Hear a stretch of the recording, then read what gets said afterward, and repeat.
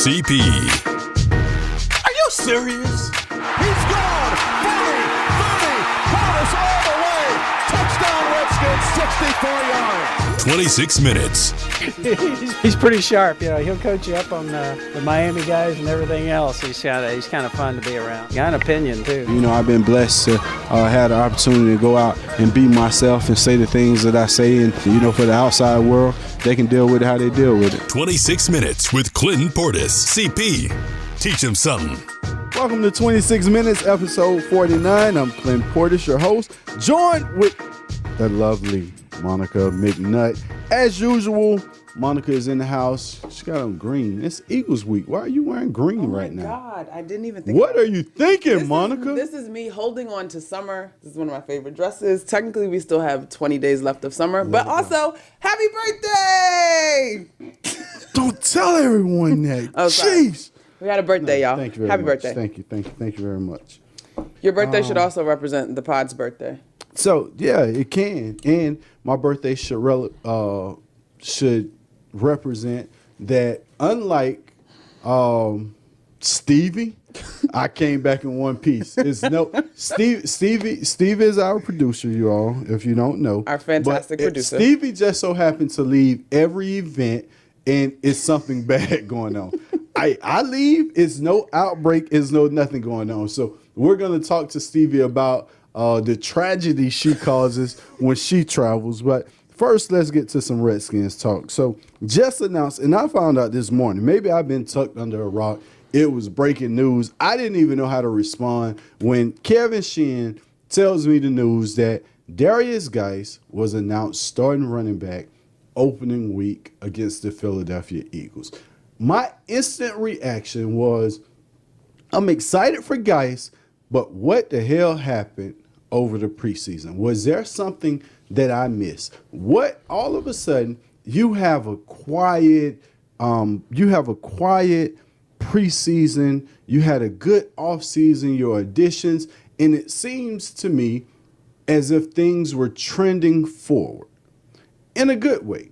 You made some moves that you were probably held on to too long, and in Josh Doxson, I think that separation probably could have came a little earlier, but that's another story we'll get into. You made a move after a guy, pretty much the savior of your team, offensive MVP. I just gave him the offensive MVP award at the banquet, and you create, going into opening week, an issue within the running backs room. Maybe it wasn't intentional. Maybe they won't come out and say this. But you divided the running back room with this decision because AP did nothing wrong. From what I saw of AP in the preseason, it was the exact same thing I saw of Guice. Both of them was ready to play week one. Neither one of them outperformed the other because you didn't see a lot out of either. What I hate about moves made in this organization is it's never competitive. You don't allow these guys to compete on the field to have a change of throne. It's just a decision made within offices that we're not included. Hey, I'm not the coach of this team. I can question whatever decision I want to question, right? It's nothing against Jay. It's just, what the hell and why the hell did this come out 5 days before you play divisional opponent, the Philadelphia Eagles, week one of the season? So I was taken aback by the news as well, probably because I sit across from you weekly, and I know that you are a fan of AP, but we also love Derrius. And so your issue is not so much that Derrius doesn't deserve it. It was given as opposed to earned at this point? We haven't seen anything out of Derrius. So it's definitely given. No matter what you saw in practice, no matter what he's performed behind closed doors, it's definitely given because we haven't seen anything out of him. Is there a scenario where There was a conversation I already had with AP about it, and we're looking at you, obviously, to continue to bring the production that we saw last year. Obviously, he was a workhorse for this team, but we want you to be more of this mentor thing. When was that conversation had? I'm asking. No one knew if Guice was healthy, right? Right, that's true. No one knew if Guice was healthy. And the moment you realize he's healthy, it's here you go. That's all I'm saying. It's not AP, in my eyes, did nothing wrong on the field. This should be an on-the-field decision when it comes to football. Off the field, I don't know anything about. So this has nothing to do with off the field. It's on the field that this decision has to be made. That's where you win ball games, is on the field. AP did nothing wrong. AP looked young and fresh in what I seen, and explosive from what I seen of AP in the preseason. So did Guice. But I can't, even as a running backs coach, you have to give a future Hall of Famer. That's first off. So the credentials of AP to blindside him with this information causes a rift. Because if I'm AP, if this is me, and I know I've done nothing wrong but prepare myself, bust my butt, show up for off-season training, do everything you possibly want me to do, mentor, lead, carry, like he's done everything correct. All of a sudden, you come tell me the week of CP, you not starting. I probably wouldn't have showed up for work today. I probably would request a trade. Like, what the hell? Because this is bigger than football. It's not on the field. So the Post reported this week, I believe it was probably Labor Day, the conversation about this, Jay being very impressed with Derrius' production, and that the workload will probably be about 46 or 60-40. They did not say which way at that point in that article. So are we making too much out of starting versus AP still getting his carries? If you're not making it about starting, we both know that we don't run the ball a lot in this organization. When we need to run the ball, we don't run the ball. So unless there's a dramatic change in shift in play calling, which Jay does, if there's a shift in play calling, AP already shows you he can't do running back by committee when he's not the lead dog. We saw that in New Orleans.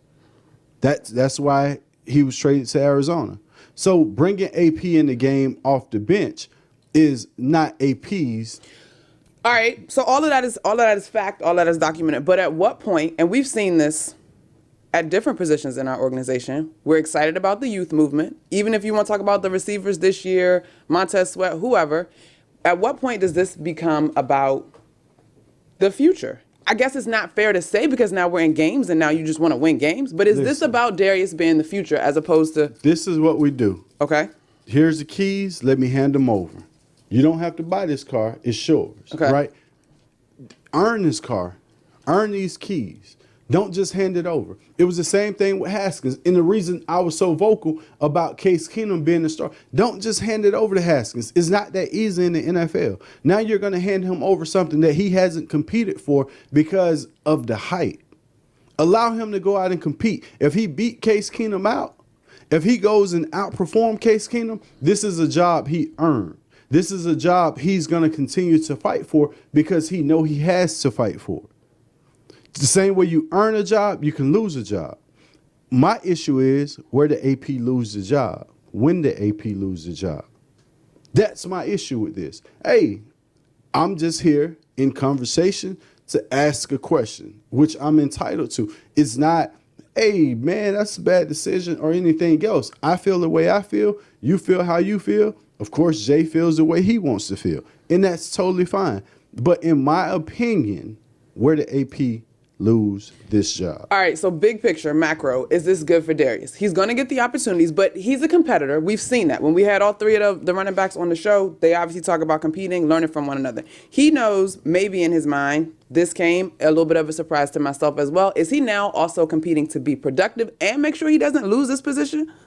Well, I think for Derrius, it's a great opportunity because we already know he wants it. As a guest on this show, he's never been shy about his desire to be the starting running back, right? And the encouragement in the work that he's put in to return to the form that he's returned to has been outstanding. But his on the field production is still 0 carries for 0 yards, which means unproven, right? That's unproven to me when you have a future Hall of Famer that's backing him up. My only issue is even if you allow AP to go out and play week 1 and Guice outperforms him, you make that decision. But you don't just snatch the rug. Hey, you know what? You're not the lead dog of this pack anymore when that's the way I've been preparing. Now, AP as a veteran will continue to prepare that way to prepare as lead dog and be ready. But for Guice, it's a golden opportunity because if he goes out and he rushes for 100 yards and the Washington Redskins win, then all the promise, attention, notoriety, and everything else comes to you. Last thing on this from me. Is it possible that this wasn't solely Jay's decision? Like, we need to give our fan base, again, talking about the future, Anything something is to gear up possible for. within this organization. Anything is possible. And as of this point, as of today, September the 4th, 2018, I will never be surprised out of another decision that comes from this organization. It can't catch me off guard. It can't startle me. It can't baffle me. It can do nothing. I'm going to be numb to every decision that comes out. I'm going to hold my opinion to see what happens because whatever comes out of this organization is always, you just created a problem that you didn't need to create. You're saying it's a problem based on your experience, though. Like, is there a way that it's not a problem? I'm saying if I'm a teammate and I watch the guy at 34 years of age who just won offensive MVP bust his butt when a lot of your stars didn't show up for training camp, right? I got you. But he showed up in better shape than anybody. I'm saying as a teammate, when does hard work pay off? If I just watch the man do things the right way and lose his job, what hope do I have as a teammate? So the best thing I can possibly be is a coach's favorite. And then I'll get a job because effort, work ethic, and all that doesn't matter. Well, that's all the understanding I'm trying to get. So when I say it creates an issue, it's for all the eyes. What are you telling the other 52 teammates of AP that's watched him deal with adversity, bust his butt, continue to be responsible, continue to be a veteran, continue to lead, and stay quiet, and then all of a sudden you get to game day? Nah. All right, so then that actually kind of brings me to this point, and maybe this is just where the nuances of football are different because we got another veteran, proven, loyal dude to this organization that has been very productive, Pro Bowler, who's still holding out, and the buzz this week has been the conversations per D'Angelo Hall between Bruce Allen, Trent Williams, whether he's coming back or not. On the end of the podcast with D Hall, he's like, if Trent shows up, he's going to play because he's in shape and he's been working. You always say that you're never against a guy securing his bag, whatever the issue is. That's not the same thing. This is what I always say when it comes times for securing the bag. Skirt, skirt, reverse, you pay the bills, and let's get into that after the break. Hey there, it's Monica and Clinton here on 26 Minutes. And one of our favorite things to do is play games from the Virginia Lottery. And they just introduced a new game. It's called Print and Play Rolling Jackpot. It's a Virginia-only instant win game, and it has a starting jackpot of $50,000. The jackpot increases with each ticket sold until the whole thing is won. There are no pay slips to fill out and no waiting for a drawing. Just purchase, play, and check to see if you won. It's that easy. A $2 ticket can win 20% of the jackpot. A $5 ticket can win 50% of the jackpot, and a $10 ticket can win the whole 100% of the whole thing. That's a lot of hundreds, the whole thing. Y'all get the point. For each price point, the odds of winning top prize are 1 in 240,000. Look for it at your favorite Virginia Lottery retailer. So, as Monica brought up, Trent Williams holdout D'Angelo Hall last week deflated all the Redskins nations and said, well, Trent won't be coming in anytime soon. A week later, D'Angelo said, hey, Trent could be coming in sooner or later. So right now, I'm not calling D'Angelo on the show to ask him anything because I'm not going to allow him to change my mood. But if Trent walks into this building, as D'Angelo said, he's a starter. Now, if you do that, and that's creating another issue. We got issues, boy. That you didn't even need to create. But now for Trent, in a playbook, and being as smart as he is, I can see Trent stepping in. Because Donald Penn only had 2 weeks of a practice with this team. So they're not far off. I can understand it. And Okay. Trent Williams is your dog. So he's definitely going to be there. But when is Trent coming? Today is Wednesday. He's not in the building. What's the latest he could show and play on Sunday? Tomorrow? If he shows tomorrow, I can't dress him for Sunday. I'm asking. I Got it. just don't think he's caught up to speed, and it's gonna mess the timing up of everybody else. You know, I just think he has to have a full week of practice before he steps onto the field. Your gut on it, though. I hope they can get it resolved because Trent is about to start forfeiting $800,000 a week. So, get the money, man. You've always, again, hanging out with you in this pod has been so fun. We've talked about on the hindsight or on the reactions rather to Andrew Luck's retirement, other guys deciding to step away from the game, whether it's Gronk, whoever. And you've talked about when you have the opportunity to be a dad, a husband, boyfriend, fiance, father, son again, right? I don't think Trent is trying to retire anytime soon. But to me, losing $1 million per game is crazy. But over the course of his career, he's already made close to $100 million rather. So what would bring him back if the money's not an issue? The realization that at the end of the year you'll have $113 million instead of $100 million. So that little $13 million. It's 13. I mean, this is big money. It's That little 13 small million. $13 million. Yeah. You can have that in 4 months. It could be yours in 4 months. Just show up. And I think as a business decision, Trent will do that. I don't expect to see Trent in one of those where he hold out and miss the entire season. I just don't. I think his frustration or aggravation within this organization, at the end of the day, is $13 million. According to the podcast and D Hall, Trent doesn't want to be responsible for any changes made via firings to the medical staff. That's what he told Bruce Allen. So he's just going to come back and nothing has changed and we did all this for naught? Hey, well, he got an opportunity to rest up. So that's what it is. And it's swept under the rug. The moment he steps on the field and he makes a play or saves a block or blocks a D, you're like, yes, there's Trent. And it's forgotten about. So, hey, I hope to see him back in the building any day now. I would love to see him walk in, and we got to get him on the pod. The moment that he does, and understand, we need to get understanding out of Trent. What in the hell you make us wait all of this on time the for pod. just to turn around and come back? You could have saved us so many minutes on 26 minutes because we didn't have enough to discuss everything we need to discuss because you decided to sit home and watch TV and train with nobody knowing what kind of condition you were in, and all of a sudden show up and say, voila, I'm back. I'm here. Tell him why you mad, CP. Tell him why you mad. I'm not mad, but look, looking forward, we got the Eagles this week, right? Looking forward to this Eagles game right up 95 South. This has always been a bigger game than the Dallas Cowboys to me, who's made some moves themselves, some big moves that we're going to get to. But you're playing the Eagles this week.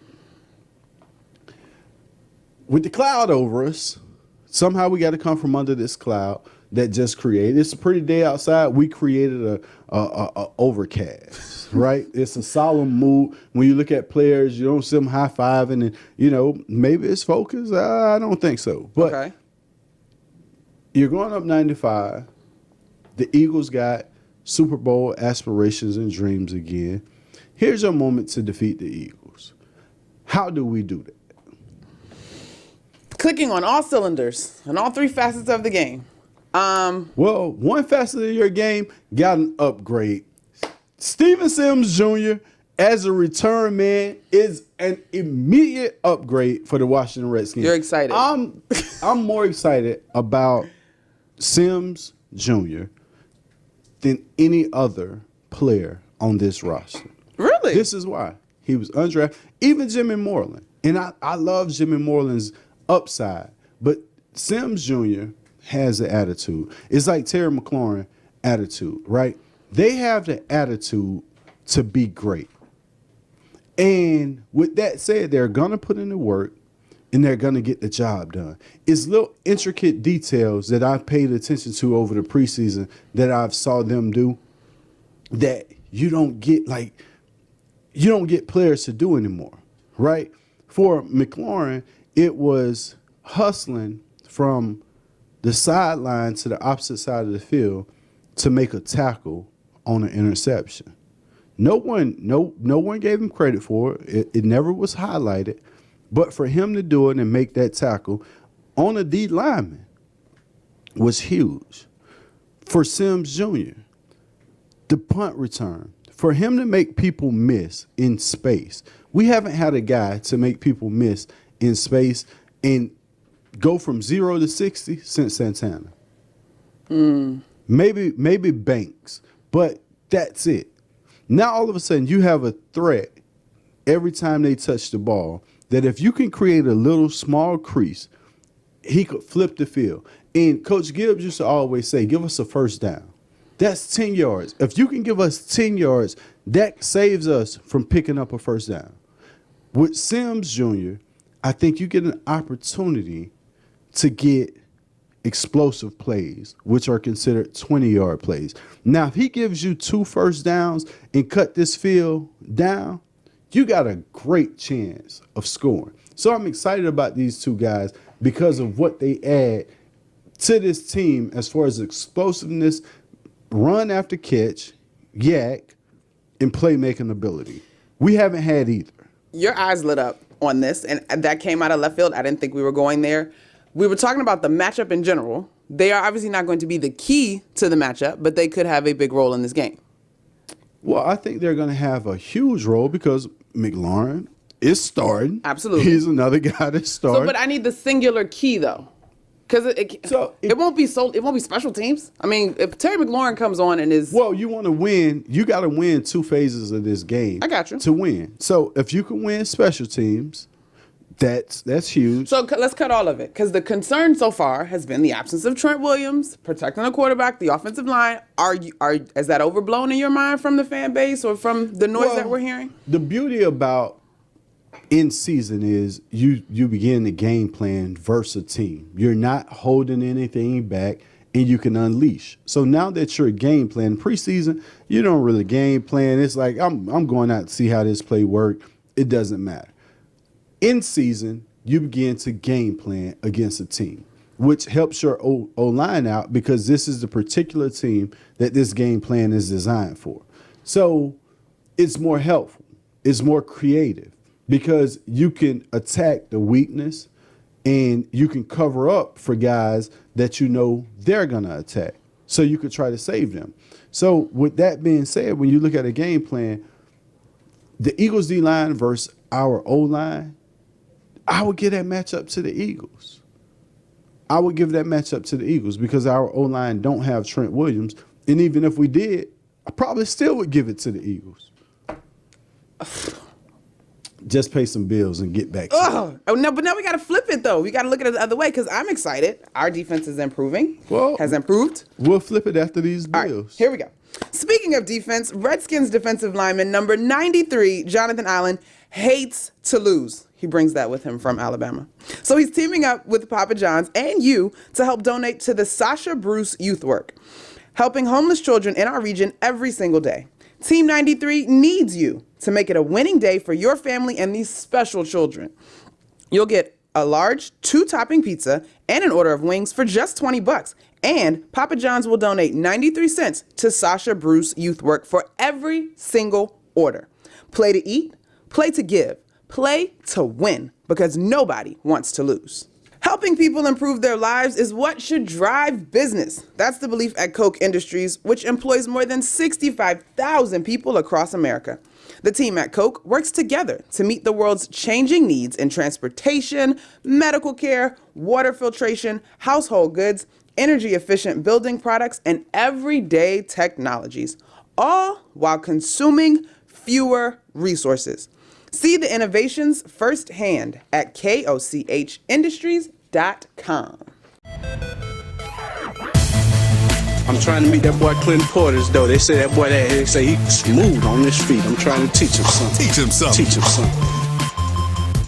Now, as you said, flip it, flip it, flip it. Flipping it back to you. Missy Elliott won a video, Vanguard. Put your thing down, flip it and reverse it. Is that appropriate? But anyway, sorry, go ahead. Flip it and reverse it. Flip it and reverse it. It's on you. Our defensive line, their offensive line. I can't rattle off any Eagles offensive line members. All I know is Jonathan Allen and the line and company. Let's get it. Let's see. I give that advantage to our us. defensive line. Come on. So when our defense against their offense, our front seven, I give the advantage. Our secondary, I don't. Because you have Aguilar, you have Deshaun Jackson, who's back he is in back Philly. in Philly. And then you have that man-eater that we haven't been able to cover as well. Our secondary, if Josh Norman returns to Josh Norman form for the Carolina Panthers, Dunbar, Monte, and Landon Collins. Can't stick those three. Alshon Jeffries, Deshaun Jackson, Nelson Aguilar, Zach Ertz. They can't. Zach Ertz is on my fantasy team. They can't stick them. I don't care what you say. They can't. All right, Can't do it. Won't do it. Dang, CP. So the pressure got to be up front. They have to put so much pressure up front. That, you know what they really have to do is tackle, which they've been doing a good job of this preseason, but they're going to have to tackle. You can't have the quarterback pulling them down and all of a sudden you allow the quarterback to get away, because you're going to be exposed on the edges. Although you have speed at your linebacker position, you're going to be exposed. So when you have a tackle, you can't let them slip away. You got to gain tackle. If you can get to Carson Wentz, when you get to Carson Wentz, you got to put him on the ground. You have to hit him and rattle him early. You got to rattle him into mistakes. Because if you give Zach Ertz an opportunity against our linebackers, Zach Ertz. If you give Deshaun Jackson an opportunity to get behind our secondary, Deshaun Jackson. Alshon Jeffries is going to be a matchup problem. So who do you put where? Is Josh Norman going to follow Alshon and attempt to take him out of the game? Do you drop Landon Collins into the box to help out with Zach Ertz? Or do you send him back because you know they're throwing over the top to DJ? Those are questions that you're going to have to answer. Those are plays that you're going to have to stop. The beauty of the game is you get an opportunity to play it. To test it all out, to make adjustments at halftime, at quarter, whatever you got to do. All of that is the X and O's of it all, but this is a division game. And I think of the two organizations that need to open up with a win, it's definitely us. We definitely need to open up with a win because we have tough scheduling. We have tough games following these. So you got to take it 1 week at a time. Us being able to open up with the win on the road in Philly would be huge. Because our next divisional game just made some moves. They paid Ezekiel Elliott. The holdout is no longer $90 million. Cha-ching! 6 years. Okay, let me give you some props, Captain.